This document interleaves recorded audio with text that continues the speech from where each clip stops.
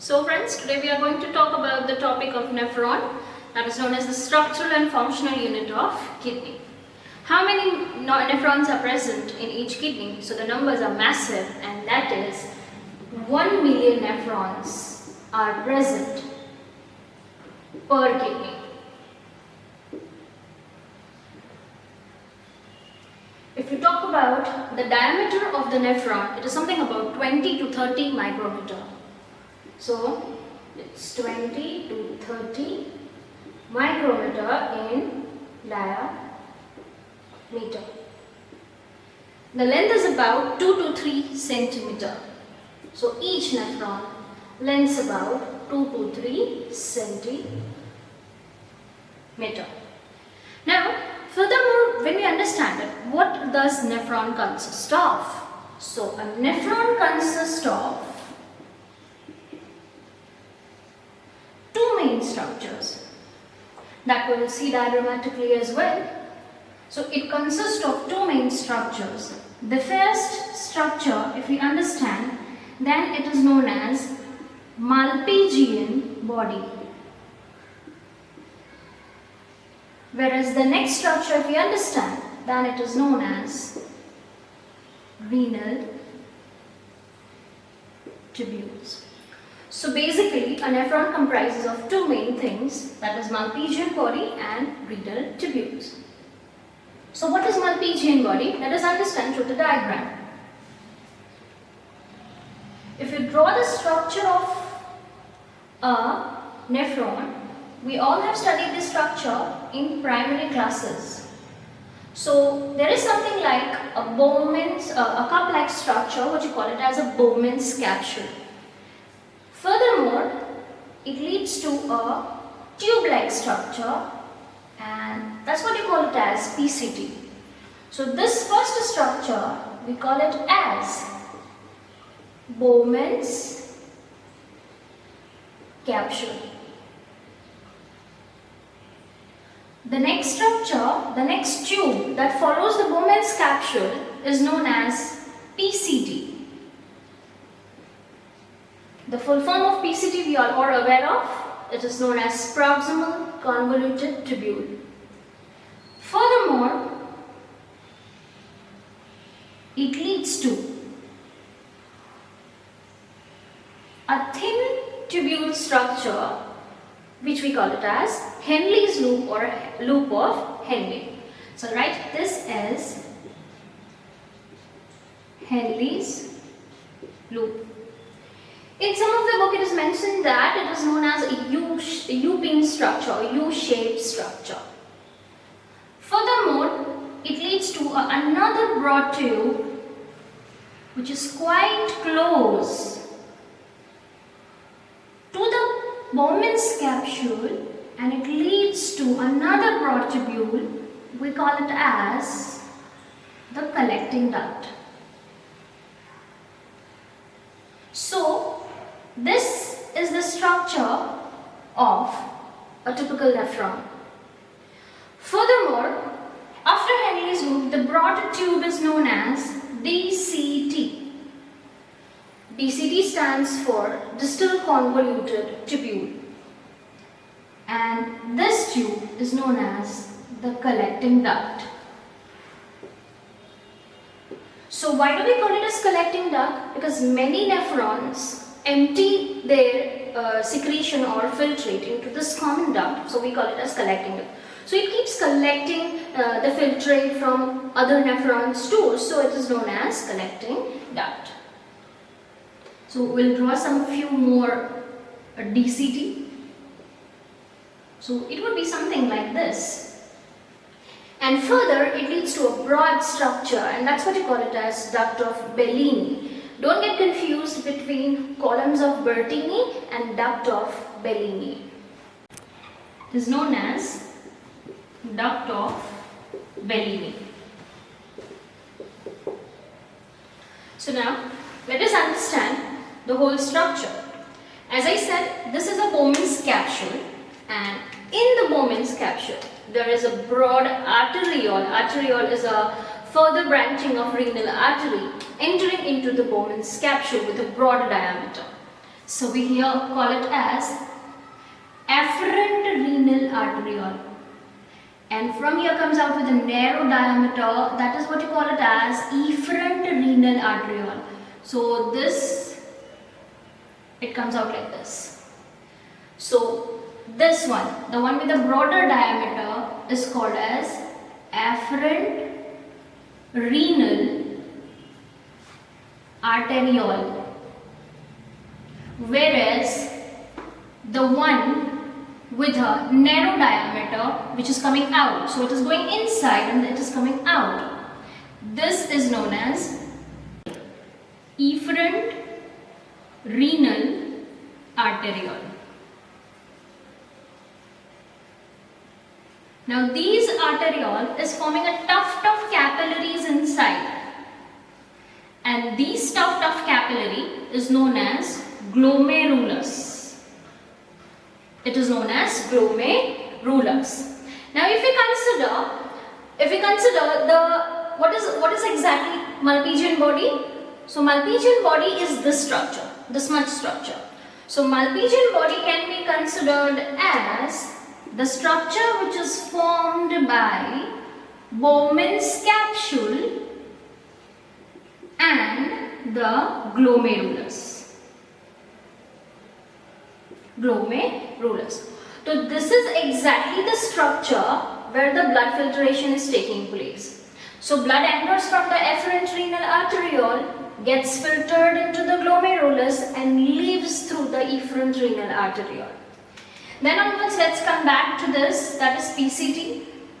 Now PCT here is lined by, remember I'm just going to give you the name of the tissues also over here only, so it will be very easy for you to understand. So PCT is lined by brush bordered cuboidal epithelium. Brush bordered, that means having microvilli. It possesses microvilli, and microvilli, so you must not get confused between ciliated epithelium and brush bordered epithelium, because brush bordered stands for the folded structure, that is what you call it as microvilli. The next comes Henle's loop. Now Henle's loop is having one descending structure and one ascending structure. So one is going down, I'll just put an arrow over here, and one is going up. So this is what you call it as descending Henle's loop, and this is known as ascending Henle's loop. Now, this is the descending one is lined by squamous epithelium. Squamous, the pavement epithelium. Whereas the ascending is lined by cuboidal epithelium. So we are right now making you understand the types of tissues which are located in this renal tubules. Then again DCT is lined by cuboidal epithelium. Collecting duct is again lined by cuboidal epithelium. So you can see that most of the structures of renal tubule, may it be PCT, Henle's loop, DCT, then you can see collecting duct. Maximum of all the structures are lined by cuboidal epithelium, except when you go with PCT, it is called as brush bordered epithelium. It is lined by brush bordered epithelium, and when you go with the descending Henle's loop, it is lined by the squamous epithelium. So here, when we write about the renal tubules, so how many different renal tubules are present? We'll just mention it over here. The first we will write here is PCT, second we will write here is Henle's loop, third we will write here is DCT, and fourth we can include in that is collecting duct. So this is all the structure of nephron. Now let us understand the first structure of nephron, and that is the Malpighian body, or it is also known as the Malpighian corpuscle. So here we go with the topic. Malpighian body, or it is also known as Malpighian corpuscle. Now, as we have seen in the previous topic, that what is Malpighian body comprising of? So, Malpighian body or Malpighian corpuscle is formed of two structures. The cup-shaped structure called Bowman's capsule and a tuft of capillaries which you call it as glomerulus. So let us understand which tissues are involved over here, how is the structure formed. So here we go with the structure. We know that, let us say this is the neck and this is the structure, we call it as Bowman's capsule. Now we also know that the Bowman's capsule is having two walls. This one is the outer wall, which is parietal in nature. So outer wall is made up of parietal epithelium, which we also denote it as squamous epithelium, and this is the inner wall. So inner wall is comprising of visceral layer. So inner wall is the visceral layer. Inside it enters a arteriole, I told you that, and it is having a broader diameter. We call it as afferent renal artery. Afferent, the one which enters. So here it is known as afferent renal arteriole. Whereas the another one that comes out of this is having a narrow diameter, and this is what you call it as the efferent renal arteriole. Inside this is a tuft of capillaries, small renal capillaries, and this is what you call it as glomerulus. So this structure is known as glomerulus. So I'll just put a note, this one enters, the blood filtration takes place over here, and this one goes out. Now all this, the one which I have drawn with the red colored structure, consists of blood, and it is lined by the whole afferent renal arteriole, glomerulus or efferent renal arteriole are all having the tissue, we call it as endothelium. Now what do you mean by endothelium? Endothelium is a tissue, a squamous epithelium which is endodermal in origin. So these all are lined by endothelium. Whereas when we talk about the inner wall of inner wall of Bowman's capsule, it possesses certain specific cells. If we draw it more particularly, it would be something like this, having fingers like projections in it, or having a foot like projections on it. We call it as podocytes.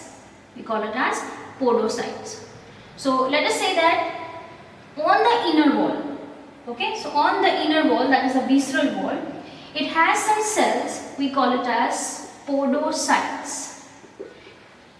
Now how does the name comes podocytes? Poda, that means foot, and the cell appears to be having foot-like structures like this.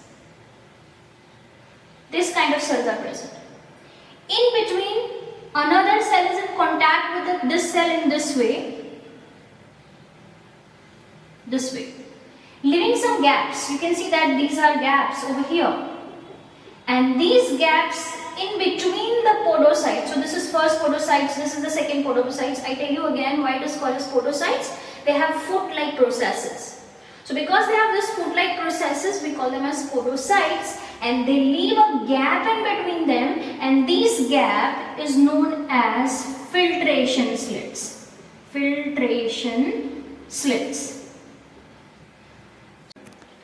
These podocytes are made up of squamous epithelium, which are also called as I told you, food cells, leaving the filtration slits. Now, what is the function of this Malpighian body? The function of these whole structure, this whole structure, the blood comes from here, gets filtered over here, and the filtered blood comes out from here. This whole structure function is to filter the blood, filtered blood. And this is known as the lumen of Bowman's capsule, where the filtrate comes out. Filtrate means what? Ideally we can say that the things which are not necessary is removed from the blood, and this all the unnecessary things will come along with the water over here. So filter, what you can say, here it functions for the filtration of the blood. Now what does it filtrate? So over here you can say that filtrate comprises of plasma minus proteins. So naturally no blood cells will come over here, no proteins will come over here. So rest all the things which are not necessary will be coming out here in the lumens of Bowman's capsule. Let us talk about the next topic, that is the location of the renal tubules in the areas of kidney. And we know that the darker area of kidney is known as cortex, whereas the inner lighter area is known as the medulla. So whereas PCT, Henle's loop, DCT, all the structures located in the cortical and the medullary area. So that is our next topic. So if we draw the kidney, let us say that this is the kidney which is being shaped. Right? Outer area, cortex. Inner area is the medulla. We also know that in medulla there are renal pyramids present on the calyx, and then this area is what we call it as pelvis. So when we talk about the Bowman's capsule, it is located in the cortex this way. Then it leads to PCT, here it comes like this. PCT leads to Henle's loop, which is located in the medulla, and then it leads to DCT, which is located again in the cortical area, which leads to collecting duct. That collecting duct comes into the pyramids and ends over here in the renal pelvis. From the renal pelvis, in the papilla, not renal pelvis, in the papilla. From the calyx, it leads to the the pelvis area, and from the pelvis it leads to ureter. So here it will come as pelvis, here is the calyx, and these are the pyramids. Basically we know that these all structures are located in the medulla. So let us see what structures are located where. So if we talk about cortex, what is located in cortex? So in cortex you can write glomerulus or Bowman's capsule is located. So you can write it as glomerulus plus Bowman's capsule, or you can also call it as Malpighian corpuscle is present over there. Then PCT is present here. Then Henle's loop goes to the medulla. So here comes the Henle's loop. Furthermore, DCT, you can see that it is located in the cortex. And then again, the collecting duct is present into the renal pyramids located in the medulla. So this is how basically you can say that the structure of nephron, or the areas or the tubules of nephrons, are distributed in the kidney. And on the basis of this, the nephrons are classified into two types. So let us see the types of nephrons. So if we talk about types of nephrons, there are basically two types of nephrons on the basis of this location. And the first type of nephron is known as juxtamedullary nephrons. It is known as juxtamedullary nephrons. whereas the other nephrons are known as the cortical nephrons. Cortical nephrons. Now what do you mean by juxtamedullary? Juxtamedullary are those nephrons which are very much close to the medulla. Matlab, which structure is close to the medulla?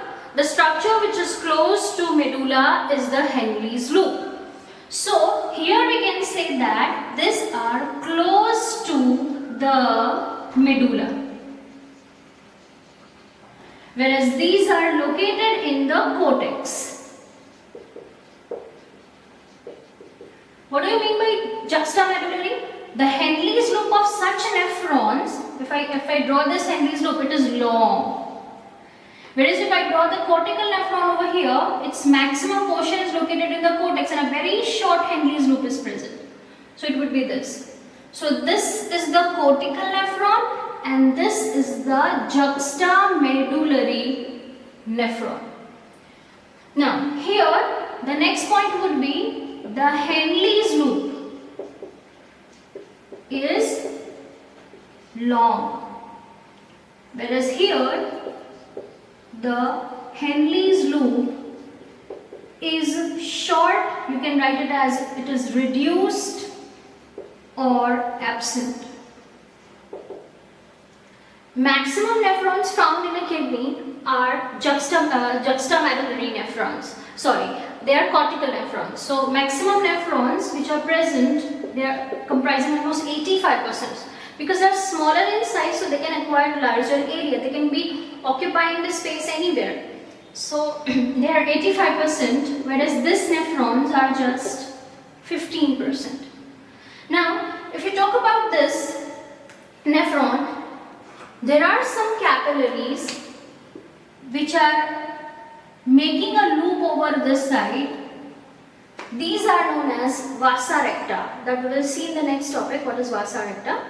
So there are some capillaries found surrounding the Henle's loop, and these blood capillaries are known as vasa recta. So over here when we write about is the vasa recta, that is the blood capillaries are developed, whereas here the vasa recta is again either absent. It can be absent or it is reduced.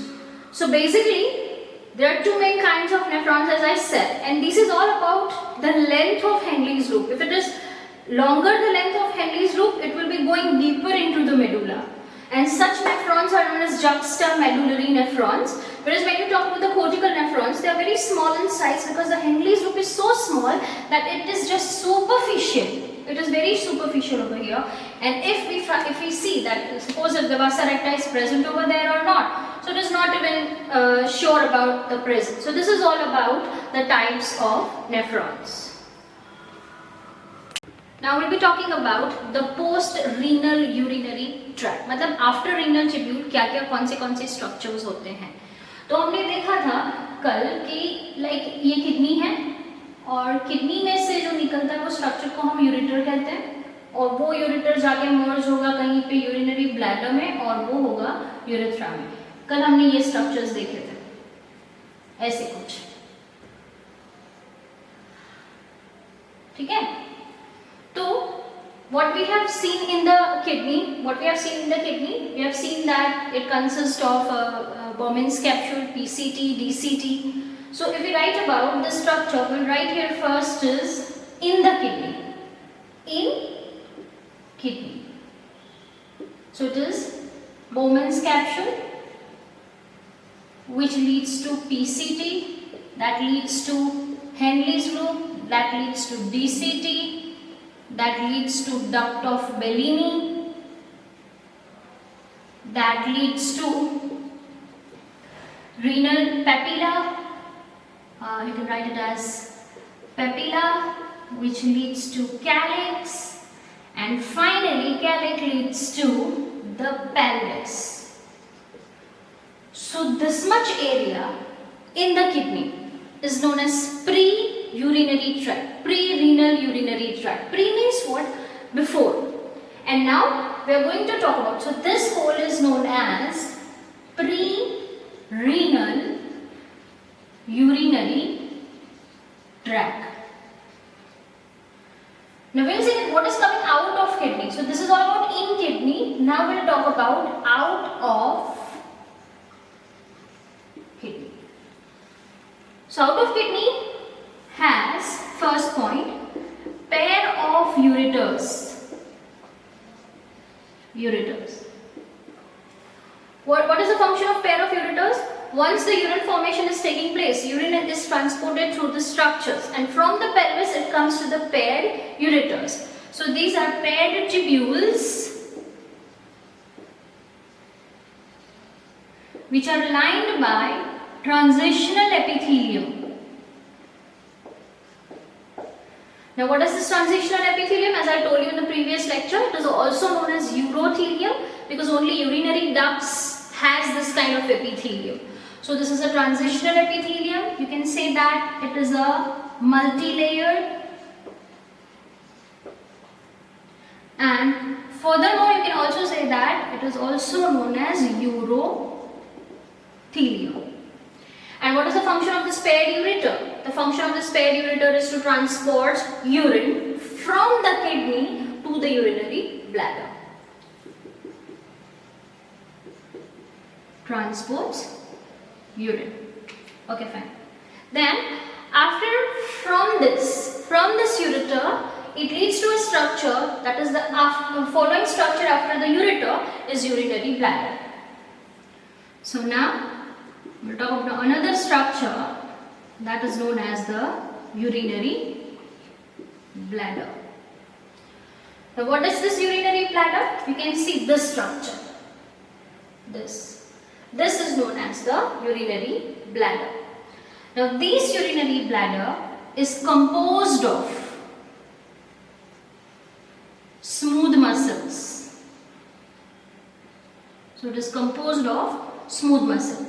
मतलब इसकी जो walls होती है, that is from the inner wall are made up of the smooth muscles. Why smooth muscles? Because you know that urine is stored inside that, and smooth muscle has a very high capacity of elasticity. They are elastic, so urine can be stored easily inside that. Stores urine. Okay. Now if I draw the structure of urinary bladder, let's say this is a urinary bladder and this is the urethra. So just over here in between the junction of urinary bladder and urethra, let's say this is a urinary bladder. So there are two muscles present, sphincter muscle present. This is known as internal sphincter muscle, which is involuntary. What do you mean by internal sphincter muscle? जो अंदर की तरफ होता है urinary bladder के अंदर और urethra के बीच में. तो उस ब्लैडर का फंक्शन होता है इनवॉलंटरी, मतलब हम उसे कंट्रोल नहीं कर सकते. और दूसरा एक स्पिंक्टर होता है नीचे की तरफ, जिसे हम कहते हैं external sphincter. Let me tell you that this external sphincter is voluntary. So urinary bladder has basically two different kinds of sphincter towards its ending point, beginning point of urethra. So this two sphincter, one is the internal sphincter. Let me tell you, internal sphincter is what you cannot control, so it is involuntary, whereas the outer sphincter is voluntary. So at certain point you can control the urine output, which we call it as micturition. Voiding urine is known as micturition. So this two sphincter play a vital role in urine expulsion of the body. जब भी हमारी body में से urine बाहर निकलता है तो हम उसे कंट्रोल कर सकते हैं. उसे कंट्रोल क्यों कर सकते हैं? क्योंकि एक्सटर्नल स्पिंक्टर है वो वॉलंटरी है, लेकिन कुछ एक्सटेंट तक हमें अंदर से फीलिंग आती रहती है, because that is the internal sphincter that was involuntary. So these two sphincters are there. Now after the urinary bladder there comes another structure, and that structure is known as urethra. Now what is this urethra? This is the urethra. So urethra is a passage. Urethra is a passage for passing urine. It is the passage for passing urine. So urine is stored over here. यहाँ पे हमारा urine stored रहता है or urine will come out from this passage, and the opening over here is known as urethral orifice. What is it called? Urethral orifice. So it passes the urine through an opening called urethral orifice. Orifice is an opening. So this is about the path of urine, where the urine is traveling, from where it is coming in, where. If you talk about in kidney, it is this the path. Once it is done with the kidney, it comes out to the ureter, in the ureter, then from the ureter into the urinary bladder, then the two sphincter muscles will be controlling the urine output, and finally through the urethra, that is the passage of urine, and through the opening called urethral orifice, the urine goes out of the body. And this process, when we void urine, is known as maturation, that we'll be discussing in the later on topics of this chapter.